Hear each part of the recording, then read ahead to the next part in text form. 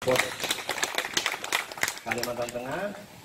Nah, kemudian kalau beliau ke Palangkaraya, asal kontak nomor telepon dimanapun daun sanak, bagaimana dapatnya terus, dan apapun kesulitan konfirmasi dengan beliau. Beliau adalah orang paling cekatan di Palangkaraya untuk membantu kegiatan-kegiatan segala hal.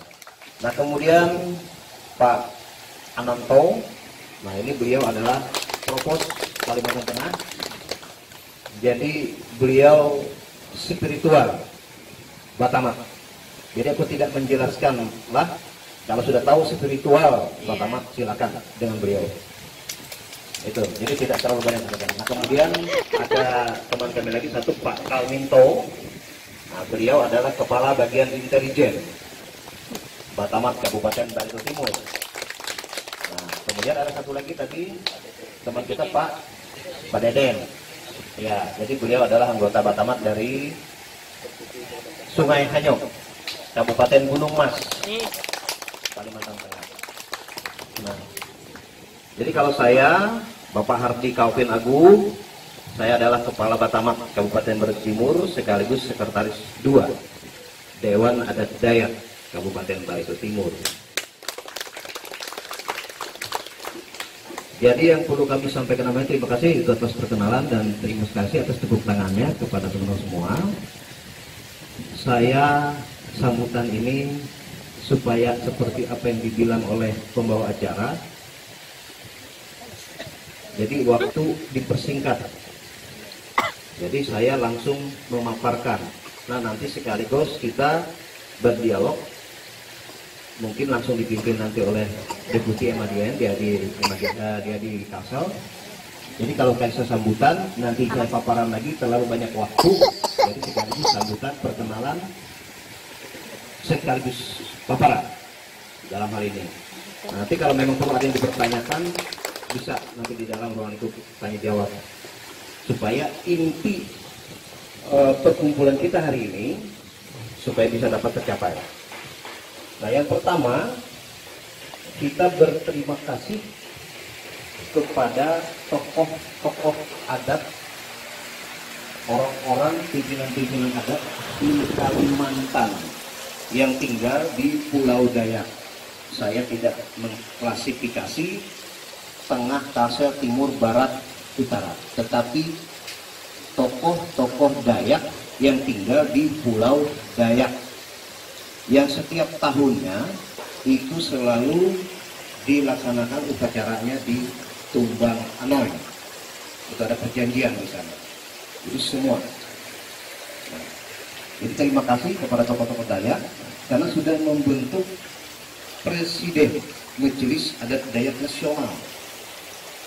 Nah, di mana dibentuk Presiden Majelis Adat Dayak Nasional itu diakui oleh Republik Indonesia.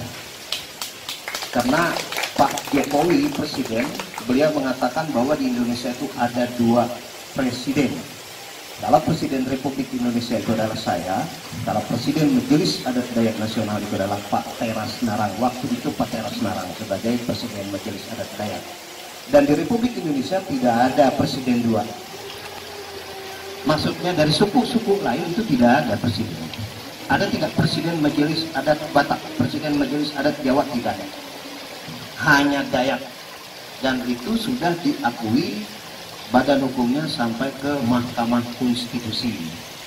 Karena waktu itu adalah Pak Akil Mokhtar sebagai ketua mahkamah yang sudah resmi datang ke Susbel Palangkaraya, Kalimantan Tengah untuk meresmikan itu.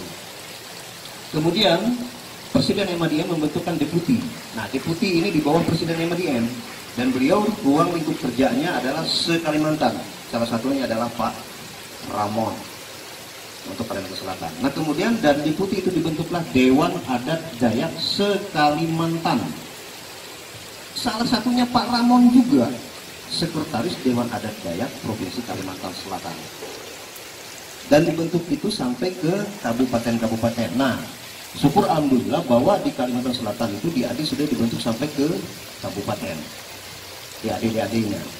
Nah, kemudian kalau di wilayah Kalteng, di bawah di Adi itu ada Kadamangan. Kalau di Kalsel itu ada lembaga adat. Nah, itu adalah mitra. Nah, kemudian di bawahnya lagi kalau di Desa Kalteng ada Pangulunsa Mantir Epat. Nah, sekaligus setelah itu adalah masyarakat adat. Nah, itu adalah secara vertikal susunan lembaga adat, struktur lembaga adat dari Presiden Majelis Adat Dayak sampai ke masyarakat adat. Itu secara vertikal. Nah, jadi jangan digabungkan dengan pemerintah.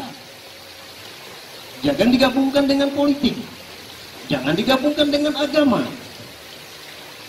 Di dalam lembaga adat dia tidak memandang agama apapun. Di dalam rumah betang dia tidak memandang agama apapun. Karena agama itu terdidik di dalam hati nurani masing-masing individu. Jadi kalau dibawa ke lembaga adat itu tidak bisa. Jadi itu tadi secara vertikal. Nah, kemudian dari secara vertikal, di manakah posisi Batamat?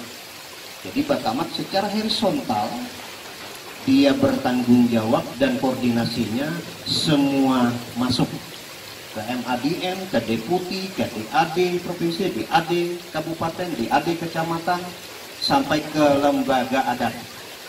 Itu adalah wewenang Batamat. Batamat jangan pakai T ujungnya, tapi pakai B.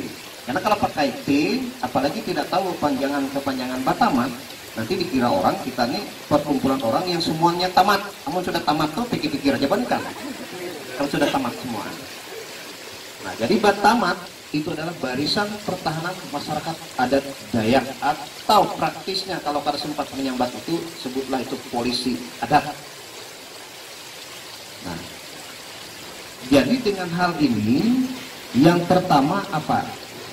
Kita tidak perlu ragu, tidak perlu takut dalam hal ini, karena organisasi-organisasi lain yang pernah kita ikuti itu sah-sah saja, hanya ada batasan-batasan karena mereka dibentuk kayak aku ketua LSM, aku presiden eksekutif LSM, ada 37 LSM yang pernah aku pegang, tetapi kekuatan hukumnya hanya sebatas notaris. Nah, jadi kita kadang-kadang